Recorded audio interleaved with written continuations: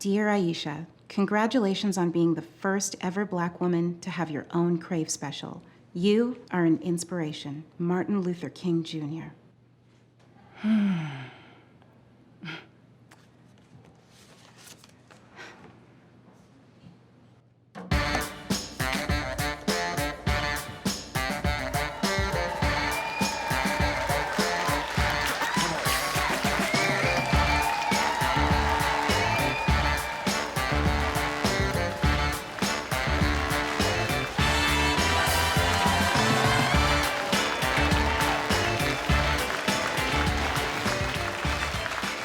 Thank you all so much. Look, I don't want to make a big deal of all this, but I was just told that I'm the first Black person to ever tape a Crave special. Thank you.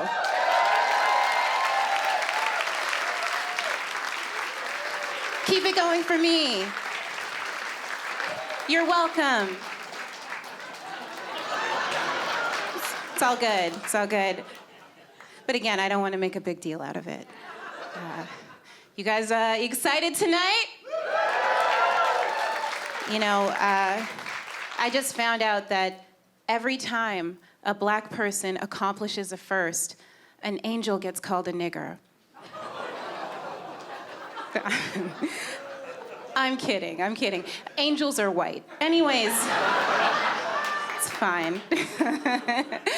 Like, I'm very, very honored to be doing this special tonight. But if I'm being honest, no Black person ever wants to be the Black person who does something first, right? Like, even like you guys are like the first Black audience members sitting up front. And I know you don't want that either. I get it. Like, even if you're like the first Black Canadian Prime Minister to be elected, patent pending, or hasn't happened, or the first Black mermaid to get her hair wet. Right? Or the first Black comedian to joke about her ex's dick being so tiny, his sperm would need a ladder to get her pregnant. Yeah, it's not easy, right? No, just like being the first Black person to do something is scary. It's like accomplishing a Black first is a bit of a double-edged sword, right? In that, you know, I'm very hyper aware of the people who are just supporting me because I'm Black. And, very aware, and thank you. But I'm also aware of the people who want to stab me with a double-edged sword. You're not here, right? You know, I get it. But, you know, enough about societal inequality. We're here to have a good time, right? Yeah. So a little bit about me. My full name is actually Aisha Iman Brown, which is Arabic for throw that resume in the garbage. Just toss it right out. I love rocking kind of like a curly bob, otherwise known as a Black Rachel Dolezal. I'm from Scarborough originally. That is a surprising reaction.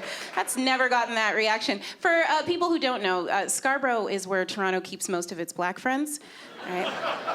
And it's also where Drake keeps his accent. Also, some other stuff about me. Oh yeah, my parents, they're both Jamaican. They are, oh, no applause? Got it. No, it's too late. It's too late. They're both Jamaican. They're both highly irritable. And they've both been married for 45 years. Yeah. Yes. And that's why they're so irritable. But I also have an older sister named Leanna. And I think that was her. And a younger brother named Jordan. And they both got way more racially ambiguous names than I did. They also have well-paying office jobs, and those facts are related. Another fact about me, I recently reached an age where I don't enjoy getting presents because I'm not good at pretending to like something that I've gotten that I didn't want in the first place, right? Like, you ask my ex-boyfriend, he can tell you, I cannot fake being happy with a tiny, disappointing little package. Can't do it. But I did get a cool present this year from my niece. She's 11, and she made me a present because she's poor. And Kapoor. But she's adorable. She made me a doll out of a corn husk.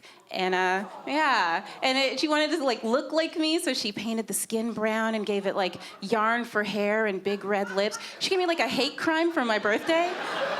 It was messed up. You know, it felt accurate because I turned a scary age this year. I turned 39. No, it's a black 39, so it's like a white 25. It's not that big a deal. If you want to calculate your white age, just take your chronological age and then subtract the number of years you'd get in prison for a crime you didn't commit.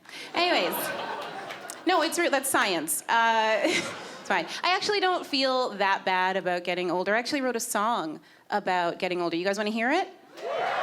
Okay, all right. I was calling it Ancient Pussy, but I heard that skewed negative, so I changed it to Vintage. My nanny is old like Sir Ian McKellen, but will magnetize you like an X-Man felon. Salt and pepper beard, 'cause my snatch be mad Clooney. Fuck $1 wine, 'cause this shit is worth a toonie. My pussy is aged to perfection. Perfection. She's so fly, she will steal your pension. Thank you. Vintage. You're welcome. You're very welcome.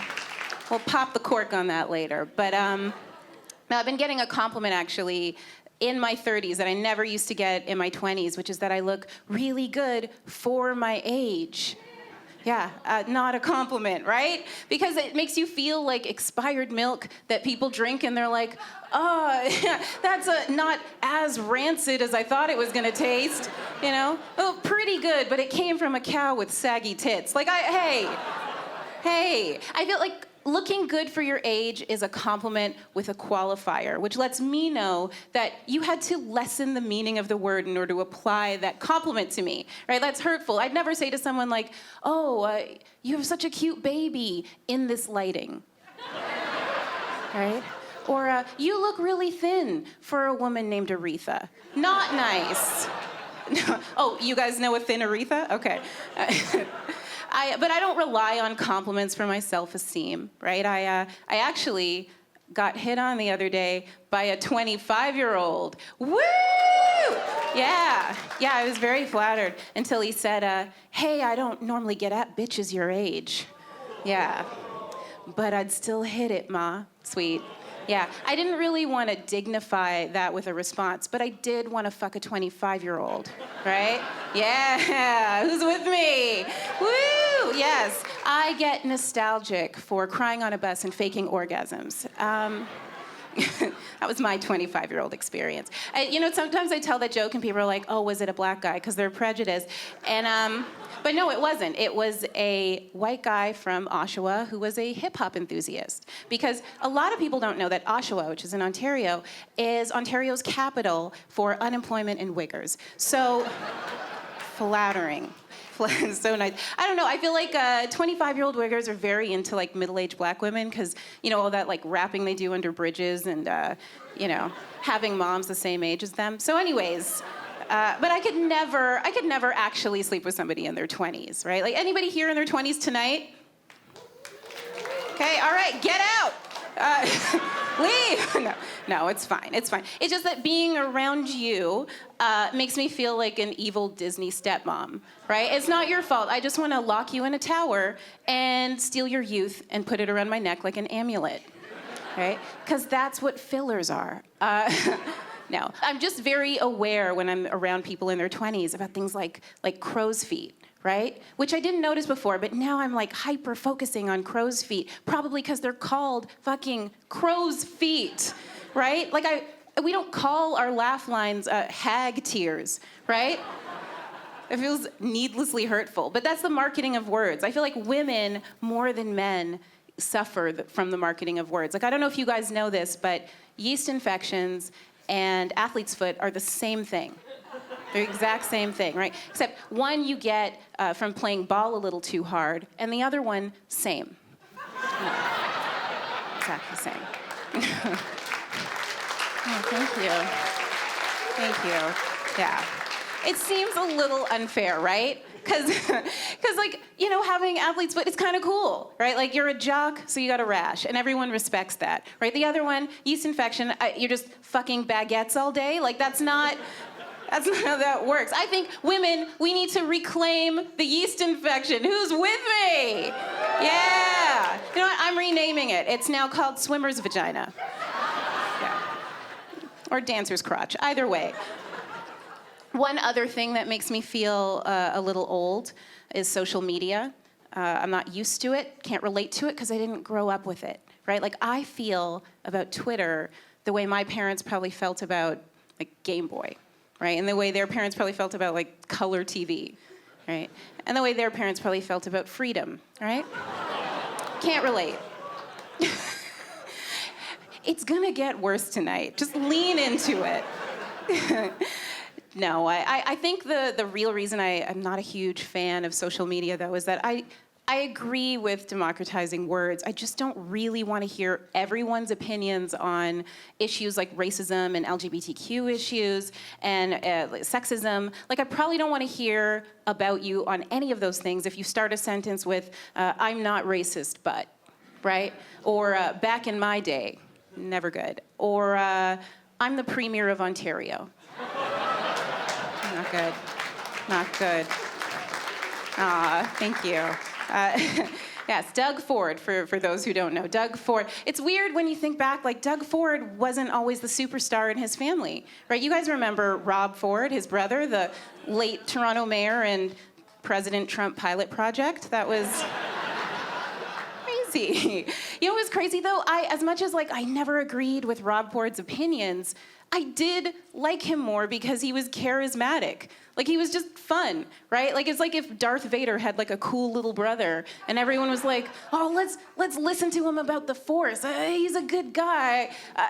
I saw him snort coke off a lightsaber. It was awesome.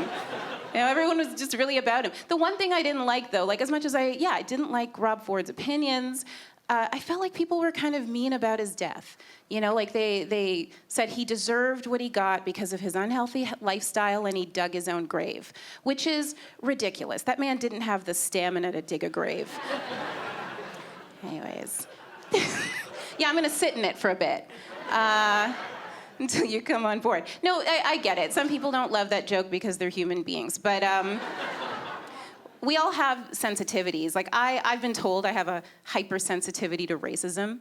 I see it in everything, right? Like, I see it in the newspapers I read. I see it in TV shows I watch. I see it in the eyes of a Sudbury audience, you know? It's there. But sometimes I'm wrong, right? Like, when I started comedy in Toronto, I was one of just like a handful of black women doing it at the time. And they used to call me up on stage by the names of other black women, and I would be really offended. I'd be like, wow, they can't tell us apart because, you know, we all have brown skin and curly hair and we're all named Aisha. This is bullshit. This is garbage, right? But I was wrong, because here's a fact. 97% of the stand-ups in Canada are white guys with beards. And I can't tell any of them apart from each other. Not a one.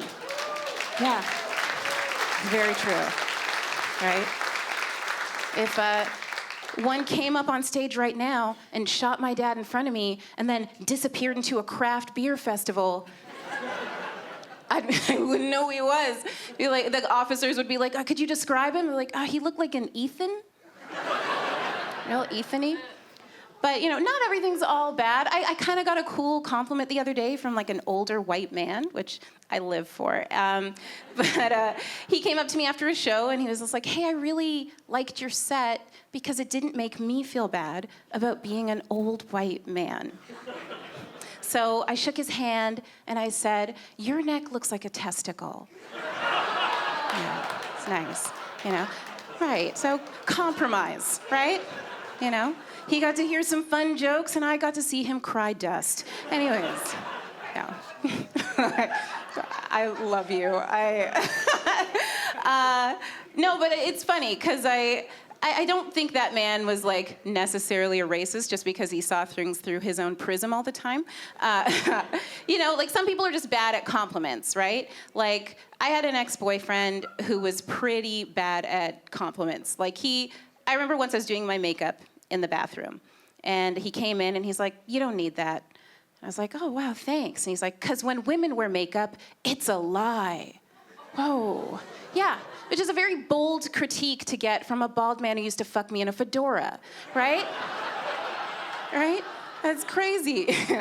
You know, yeah, I'm not gonna draw on my eyebrows anymore. I'm just gonna buy mini hats and glue them over my eyes, right? That fools everyone. Yeah, but I loved him. There were a lot of red flags for when that relationship was ending. One of them was he used to text me goodnight at 5 p.m. from inside another woman.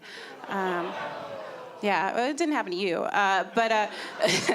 No, but it's weird. I had this one friend who wasn't really good at lifting up my spirits. Like when I was dumped, it was on Valentine's Day.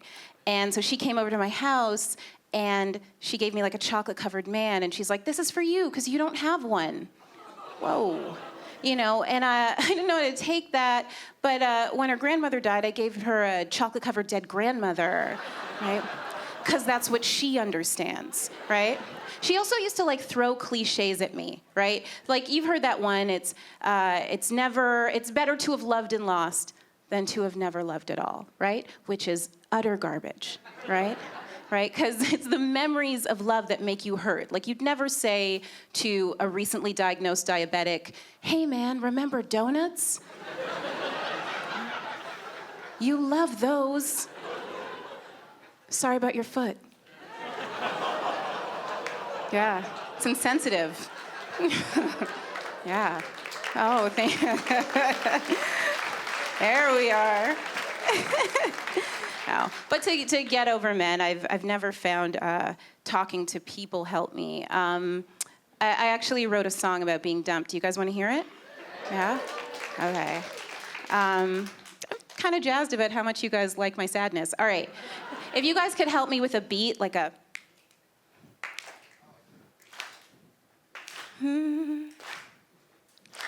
I'm gonna fuck your friends. Thank you. That's it. That's the whole song. Thank you. Aww. Thank you so much.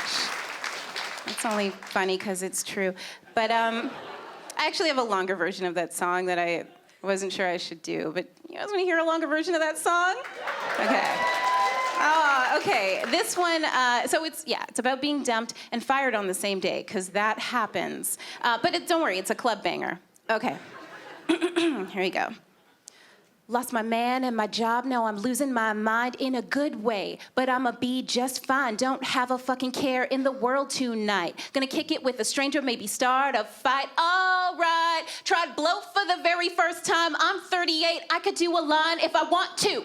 Off a deuce. I'm drinking like I'm pregnant, getting drunk for two. Never mind getting drunk, I'm young, I get lit. Move over, baby mama's about to do the splits. Hold on, I'm 40.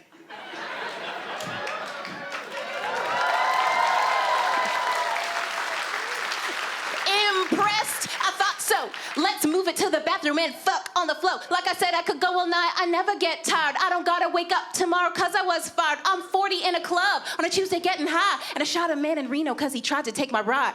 Don't push me cause I'm fucked out my head.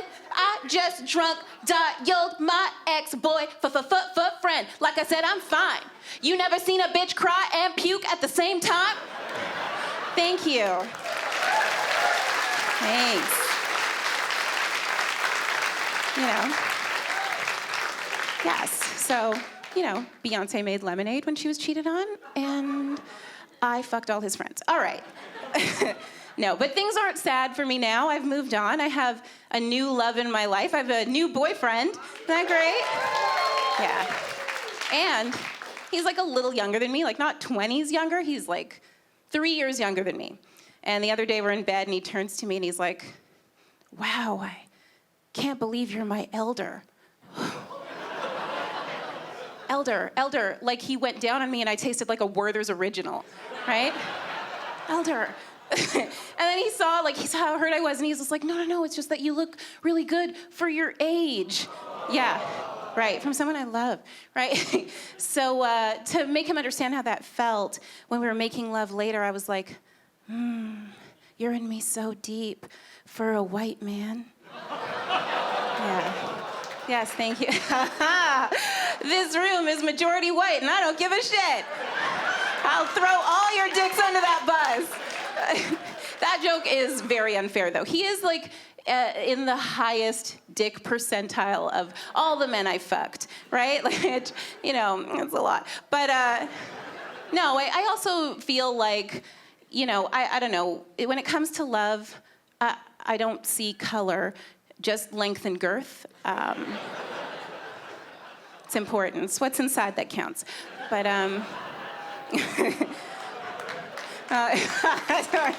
oh, thank you.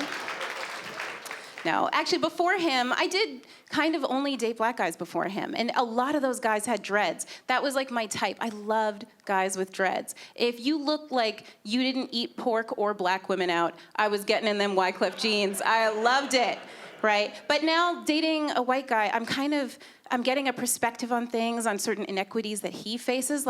I don't know if you guys know this, but did you guys know that white men are under attack right now? You guys know about this? Yeah, the only people more persecuted than white men is everybody else, but still, that's a problem. Still, I do know, though, how, unfair it is to some people that, I get to punch up at white men, right? And if a white guy were to do the same to me, if he were to punch down on me, he'd be crucified, unless he was a cop. Oh, no, because then he'd be promoted. I can isolate where the black people are by the claps. No, but it's weird. I've never been comfortable with the expression punching down because it assumes that I'm below somebody just for silly physical attributes that none of us have control over. I'd probably be okay with punching down if it was called uppercutting a Nubian queen, right? That'd be fine with me. Here's the thing. I feel like we all, as a society, need to stop generalizing, no matter what the race is. I actually don't think it helps the conversation. If it's wrong to stereotype black people, it's also wrong to stereotype white people, unless you need it for comedy. But it's fine. There's this one stereotype that I don't agree with. It's this shirt that I've seen all over Toronto, and it says, "Lord, give me the confidence of a mediocre white man." Right? Which is hilarious, but I don't really agree with it because mediocre white men don't really scream confidence to me, right? They usually scream about diversity quotas, but if I could have the confidence of anybody, I'd want the confidence of a Toronto cyclist. Yeah, there's no one more confident. They speed, they go against cars on roads that aren't made for them every day, right? And they go to us, they're like, hey, you better not hit me or you're gonna be sorry, right? That is confident and wrong, but it's confident. I love that. I actually saw last summer, there was this woman, a cyclist, who was cut off by a car, so she rode up beside it, and then she reached inside the window, turned off the ignition, and when the guy tried to open the door, she kicked it shut, and then she just kept riding down the street like a raccoon with a helmet. It was crazy. It was nuts. So yeah, no one's more confident than a Toronto cyclist, except for maybe a dead Toronto cyclist, but still. They miscalculated. I feel like a lot of people maybe think that I'm defending white men too much because I regularly fuck one. But I should confess, my boyfriend isn't just white. He's exotically white. He owns a lizard. Yeah. Last summer, he wanted me to experience his culture, so he took me to the cottage. And no, don't clap for that. Don't clap for that. The cottage is such a scam. We were there, and he was like, hey, what do you think? And it was dark, and I couldn't take showers, and we were isolated from other people. It felt like clinical depression with a canoe, right? But there was this cool moment where we were on the water, and the wind was blowing, And every time you heard the wind blow, you'd hear, "Get out."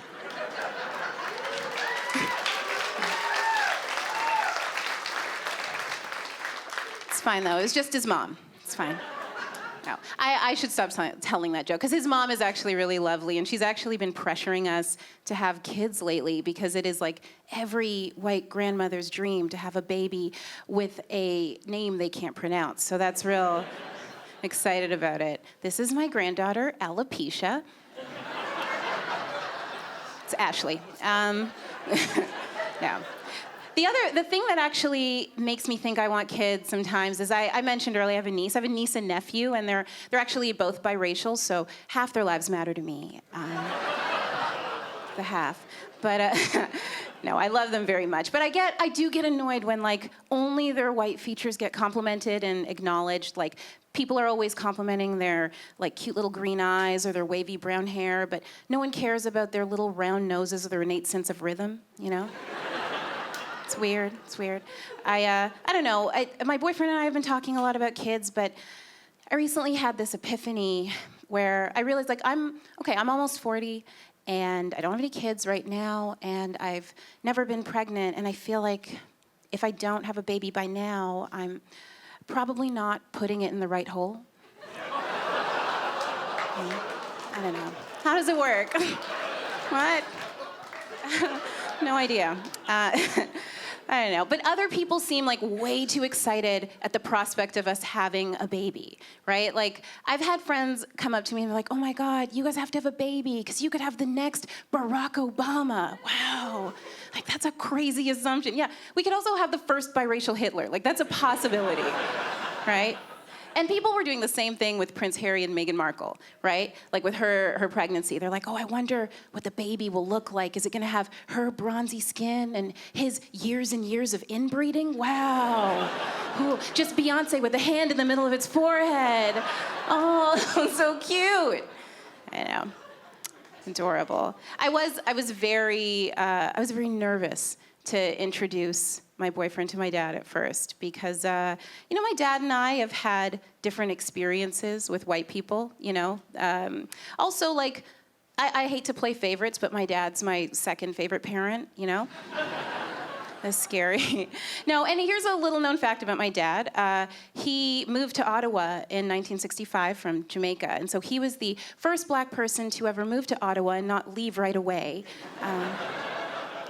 And he once told me this story about how this white man got in his cab because he was a cab driver to put himself through school. So this white man got in his cab, slapped him on the back of the head and said, "Speed up, nigger." Yeah, and didn't say it with like a soft A like they were jamming a hip hop, right? Like said it with a hard ER like he was from Sudbury. And, And the only thing my dad could do is he just opened the passenger door and Jazzy Jeffed him out into the white snow, which the guy probably loved because it's white. But, the worst thing a white man's ever done to me personally is eaten me out and then tried to make out with me right afterwards, which, like, I don't think my dad can relate, I'm not that sexual a gal, not that sexually adventurous. I was actually told by a friend of mine there's like a label for what I am. It's demisexual. I don't know if you guys have ever heard of that. It just means I'm dead inside. No, it means I can't be attracted to someone unless I know them really well, right? So I don't do one-night stands. I don't watch porn. I'd probably only watch porn if it was all my exes circle jerking to my picture, but the only acceptable porn. But I do have this one fantasy, but it's very boring, but I'll tell it to you guys anyways. In it, I'm married to my boyfriend, and I'm waiting for him to come home, and at midnight, the doorbell rings, and it's the cops. And they're like, "Ma'am, there's been an accident." I'm like, "Oh my God." So I go with them this one time, and 6 months. Right. And, I get to the hospital, and the doctor's like, "It's pretty bad. His penis is just charred remains now." And I'm like, "I don't care. I love him." Right? Because that's what you say at first. And I walk in the room, and he's covered in bandages and barely recognizable, but I say his name, and he whistles back to me, and because that's how he communicates now. And it's a long road ahead. I have to teach him how to clothe himself, how to feed himself, how to masturbate with his burnt baby carrot of a penis, right? And he can't satisfy me anymore, right? So I just have to get sexual surrogate after sexual, just a different man fucking me every single day, right? But he's in the room too, whistling, So anyways, that's what I fantasize about when he doesn't return a text message. Thank you.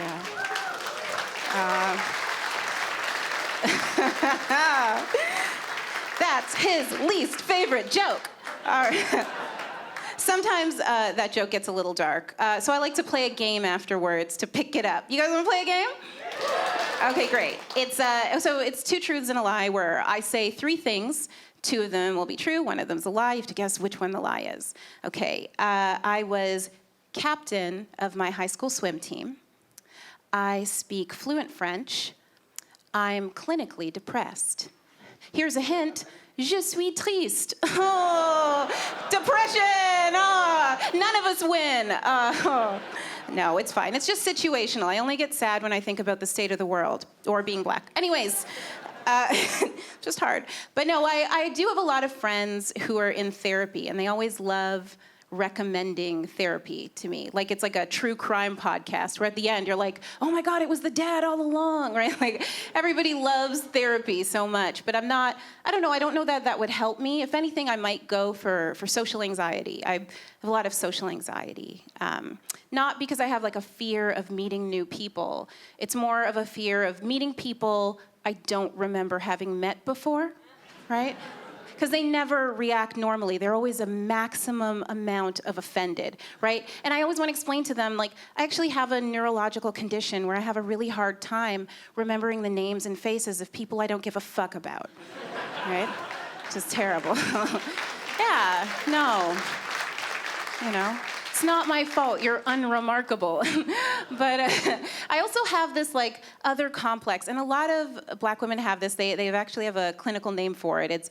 I have a fear of expressing negative emotions publicly, because people tend to interpret that as aggressive and negative when it's coming from a black woman. They think like, oh, you're crazy and you just want attention and you're insane, right? And they've actually coined this term omarosa nervosa, which it's a real thing. The only cure is not dressing like a pageant queen and tape recording your boss. It's the only way to avoid it. But I don't know. I don't think therapy's for me. I think the only way I've ever been able to deal with my anxiety is with poetry. Can I give you guys a poem about anxiety? Okay.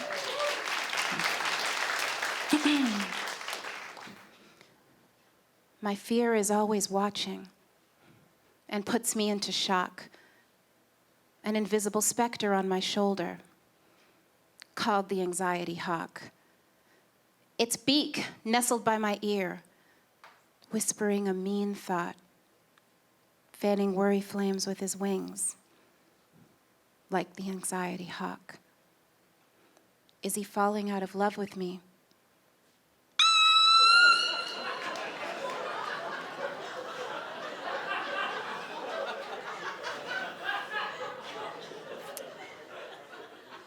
Did I forget to pay my bills on time?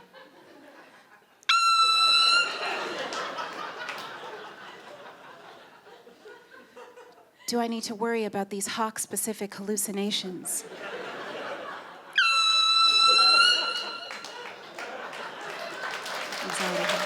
Thank you. Thank you. Yes. My dad calls that poem, "Please Move Out of the Basement." It's nice.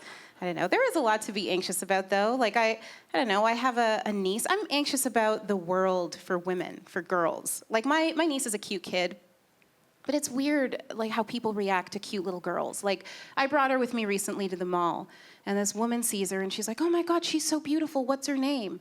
I go, it's Eva. She goes, Eva, when you grow up, you're gonna be a little heartbreaker. Right? Which is like a weird thing to say to a little girl, like, oh, you're so beautiful. When you grow up, you're gonna ruin lives, you little bitch. You homewrecker. right?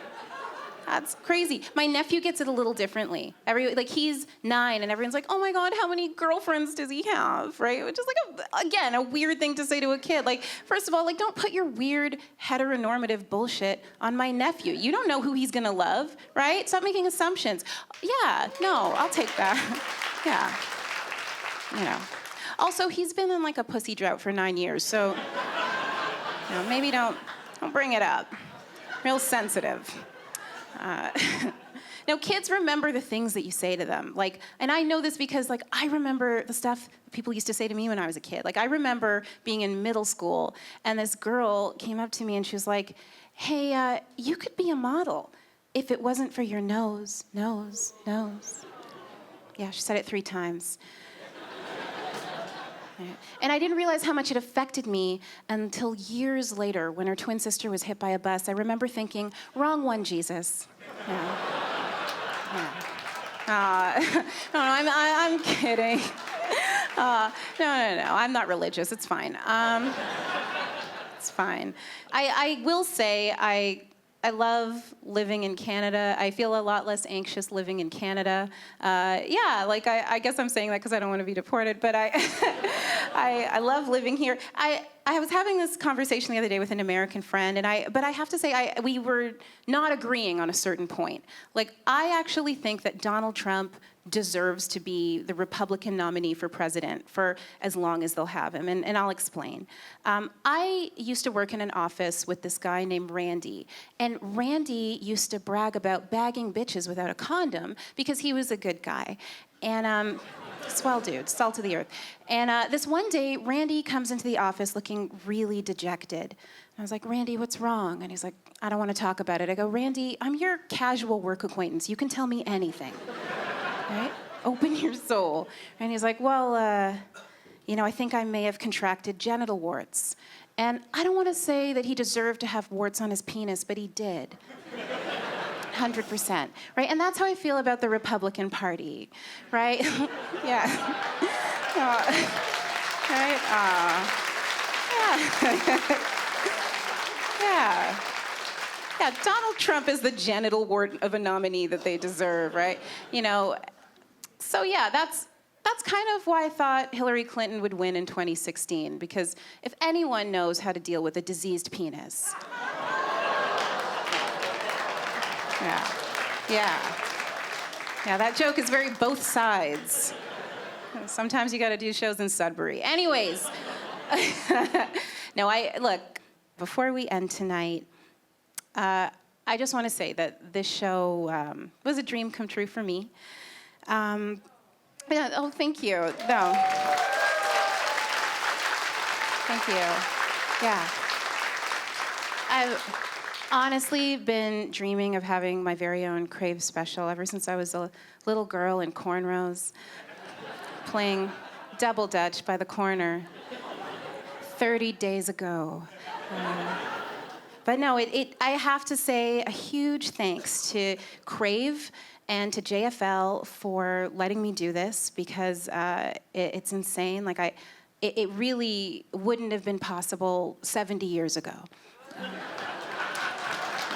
Been illegal. Would have been illegal. But I was in awe the other day. I pulled out some money to pay for something, and Canada, we have a black woman on our $10 bill, right? Yes. Yes. Unite black people and woke white women everywhere. We have a black woman on our money. Yeah, take that, Harriet Tubman. No, it's crazy. We have Viola Desmond on our money. And when I think about it, she got arrested in a theater so that a black woman like me could have a voice in one. And that to me is so humbling. She probably wouldn't have done that if she knew how much I was going to talk about dicks, but anyways, you guys have been a dream of an audience. Thank you so much. Have a good night.